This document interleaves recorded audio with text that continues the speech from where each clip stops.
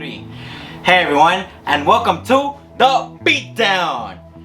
We just got done watching Slammiversary, so we're going to tell you our thoughts and opinions on what we saw tonight. Let's get started with the first match.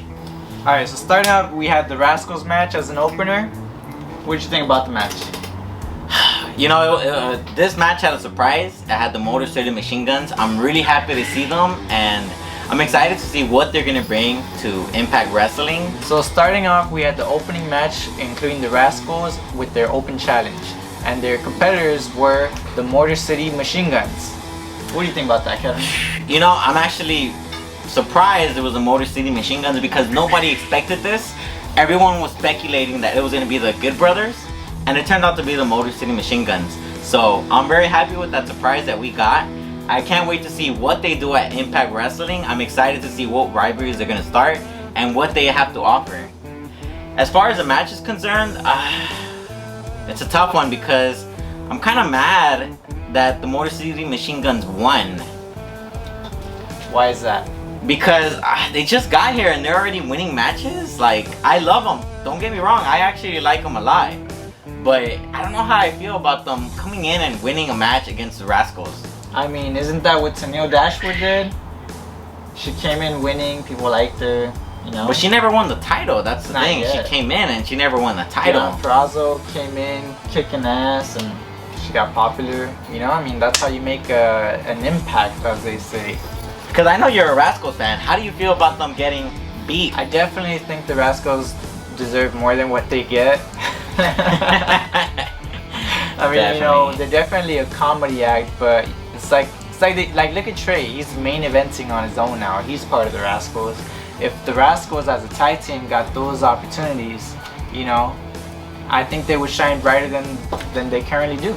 The next match we're talking about is Tommy Dreamer versus Moose. Unfortunately, my pick lost. I really wanted Tommy to come out on top, but Moose won. As far as the action is in the ring though, Moose really impressed. He always impresses, man. He never fails. But even then, Tommy Dreamer did pull out a lot of good moves. He brought in his classic weapons, which I always enjoy watching. I had fun watching him bring out the thumbnails from the bottom of the ring and using them. I mean, I guess, but I mean, what about Moose? You know, he was doing a bunch of moonshine, moonstar moves. I mean, he did pretty good. For a 6'5" guy that weighs 270 pounds, he's pretty amazing, man. He's very athletic. But Tommy Dreamer, man, he put out the weapons. He came and he brought what everyone wanted to see, which was the weapons. Everyone wanted to see him using his old ECW tactics, and I think he fulfilled his desire to come out on top and be that ECW guy that he lived so hard for. I did enjoy Tommy Dreamer's shirt that said "Moose sucks eggs." That was pretty comical. That was funny. Another match on Slammiversary 2020 was the Knockouts Gauntlet match. This was a really great match. It started off with Kylie Rae and Tasha Steelz as the beginning knockouts. I gotta say, I really love how Impact prioritizes the knockouts division, and they're not just there for looks. That's very true. They actually had a long match, and every single knockout had a chance to show her ability in the ring. Some of the things that were comical about this match was that we had Johnny Bravo dressed up as Taya Valkyrie. Taya Valkyrie was actually number 3? And Johnny Bravo came off for her because Taya didn't like that number. She didn't want to be number 3. She wanted to be later on in the match so that she could come out fresh. What's up with Johnny Bravo, man? Who does he think he is? Rosemary? You know, Johnny Bravo, I think he's going through an identity crisis. He doesn't know who to pick, Taya or Rosemary. I mean, he didn't do anything for either one. He was just there for the giggles. He was just there to, I guess, provide some relief for the knockouts. Let him rest a little bit. I have no idea. I'm excited to see what they're going to do on Tuesday, where the storyline is going to lead to. We have Kylie Rae now being the #1 contender, which brings forth many questions. When will this match be between Kylie Rae and the new Knockouts champion, which I don't like? You know, the two last opponents that were fighting each other were Taya and Kylie, and I was excited to see them go all out against each other. And I'm actually, you know, I was going for Taya, and I really wanted her to win because I feel like her rivalry with whoever the Knockouts champion would have been good. But I'm excited to see that Kylie is finally getting a chance, and she's gonna face the Knockouts champion. And one of the things that I liked about the show when they were fighting was how Kylie was telling everybody, oh, I'm sorry for knocking you out the ring, I'm sorry for hitting you. It just provided those moments of relief that I feel sometimes you need. Yeah, it was funny. I think it's really cool how she stays in character as a good person, and like she's always smiling, and she was apologizing for knocking out the Knockouts, and I think it's very cool. And actually I can say that about most of the Impact roster. They all stick to their characters very well. Kylie does stay in character. I'm excited to see what she's gonna do when she faces whoever the Knockouts champ is at the time. We'll see what happens on Tuesday and where this goes. Another surprise we had on Slammiversary was that he showed up to Impact, and I'm excited to see what's gonna happen. He didn't do too much, but on Tuesday he's gonna show up, so I guess we'll have to wait and see what he does. He's a free agent apparently, but based off of the interaction between Rhino and Heath, it seems like we're gonna have a new tag team coming onto the playing field. That's actually very true. He had a free agent shirt. So that makes me believe that Scott D'Amore is gonna offer him on contract on Tuesday because he told him to show up.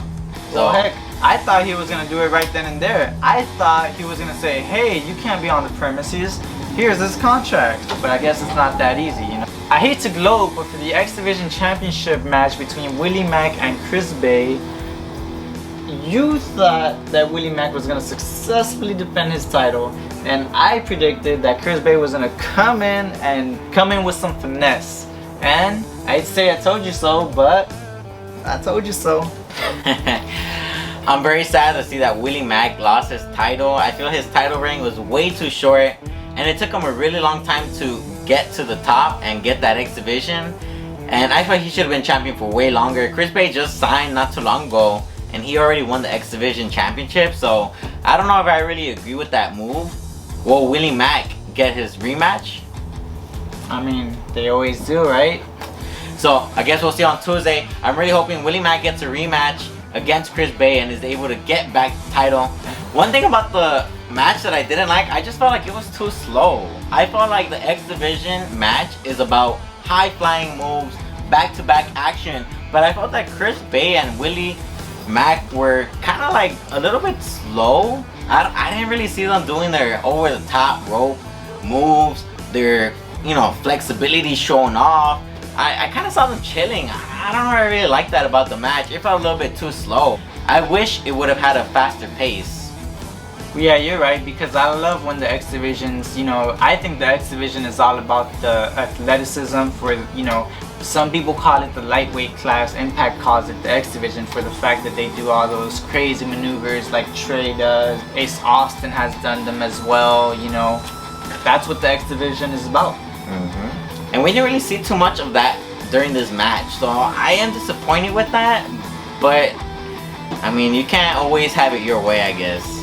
The next match we have is the Tag Team Championship match, and it is between the North and Sammy and Ken. And I gotta say, we predicted it right. We actually said the North was gonna retain their championship, and they did. As expected, because they are the North and they are the greatest tag team in the world, as Ethan calls it. This match was really good, and I enjoyed seeing Ken and Sammy work together. I did notice that at the beginning of the match, they kept tagging in and out, so they kept staying fresh. Like, if you notice, they would tag each other in, and the next one would come in, so they always had the one up on the North at the beginning.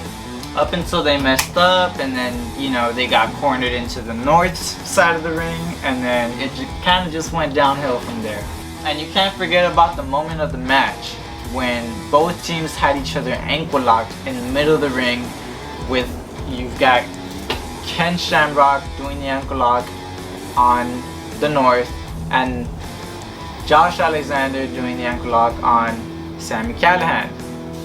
And it was just such an epic moment, like, you know what I mean? I definitely enjoyed seeing that double ankle lock.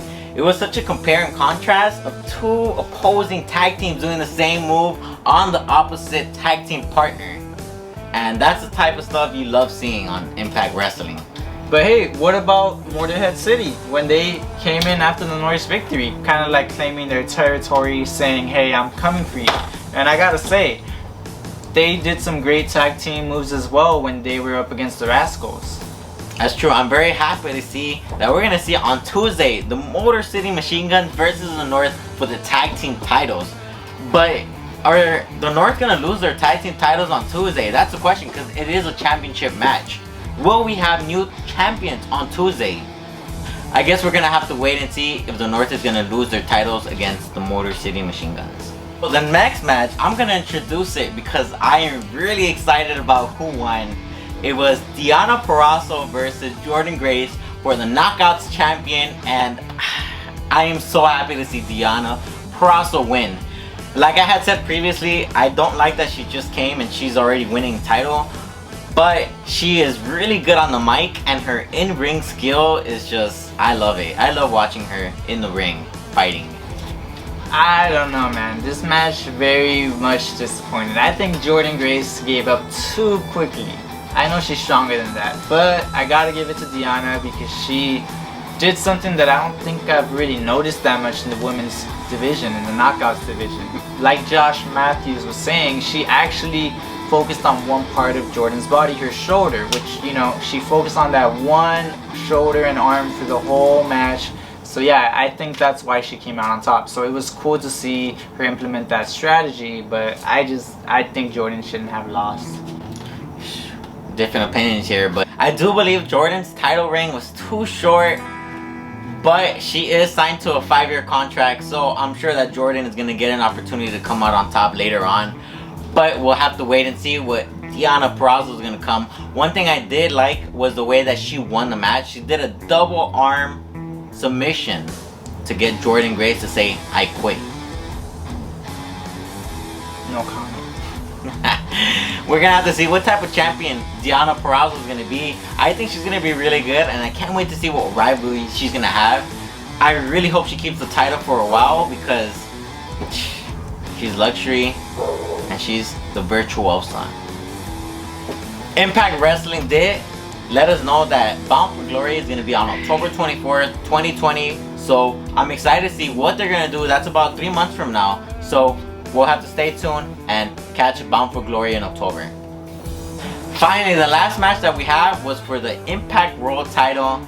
It was a 4-way match with Ace Austin, Eddie Edwards, and Trey, and the mystery opponent. So, for the mystery opponent, we had Richard Swann. That was exciting to see. It was not exciting at all. I was expecting someone way bigger than Richard Swann. I mean, it was a plot twist, you know? You didn't expect it to be Rich Swann. You totally expected it to be one of those ex-WWE superstars who got laid off. I was. I guess I'm happy for Richard. I'm glad that Impact is allowing people within the company to get a shot. But that's not who I was expecting. It wasn't who I was expecting, but I liked it. We also had another mystery opponent. Eric Young came out. And it's hard for me to take him seriously because before he left Impact, he was half of the Knockouts Tag Team Champions. So before, Eddie Young was a comedy act. But I do like that he came out and he looks more serious, right? You can actually take him serious. He actually looks like a real tough competitor. I mean, he was bleeding. He's putting his heart and soul into this one match. He really wanted to make that impact. You know, something that I'm very disappointed in about this match is how Ace Austin lost. Like, how does that happen? I'm sorry, but whoever is running Impact Wrestling, where you at? Honestly, like, who thought that it would be a good idea for Eddie Edwards to win? He's been champion already. I mean, I like Eddie Edwards too, but, you know, it should have been Ace Austin. Honestly, like, whoever said that Eddie winning was really messed up on this one. This would have been a great chance for Ace Austin to come on top and capture that gold, and for that next generation to lead the company. But hey, they really threw us off guard with that 5th person. It's like they totally, it was a plot twist. That's what it was. It was another plot twist. That's actually very true, because originally it actually was a 5-way match. So nobody thought of that. I didn't even think of that. So at the end, it actually stayed as a 5-way match. I mean, it was an interesting outcome. I think it could have been done without Eric Young, but I guess they've got their reasons for throwing him in. That's very true. After we saw Eddie Edwards capture the gold, we did have the Good Brothers come in, which honestly at this point everyone was already expecting them. Everyone knew that they had signed to Impact, and it was just a matter of time for them to show up. And they're getting paired up with Eddie Edwards. Plot twist at the end was EC3, a little small promotion for him, came out. And I'm very excited to see him come out, but I'm trying to figure out why he wasn't in the match. Like, why did they wait till the end to do this? But I guess we'll have to stay tuned and watch on Tuesday and see if he comes out and he makes his bang. Thanks for tuning in to another episode with The Beatdown. These were our afterthoughts on Slammiversary, and we want to remind you guys to make sure that you hit that like button down below and that you subscribe. And how about you leave a comment? Let's start a poll on the Deonna Purrazzo versus Jordan Grace, because that's one of the matches that we had a huge conflict with. I wanted Deonna to win. He wanted Jordan to win. Yeah, let us know what you guys think. You know, we're going to be reading all the comments down there. We'll be responding to some as well in the next video. Thanks for tuning in to another episode of The Beatdown.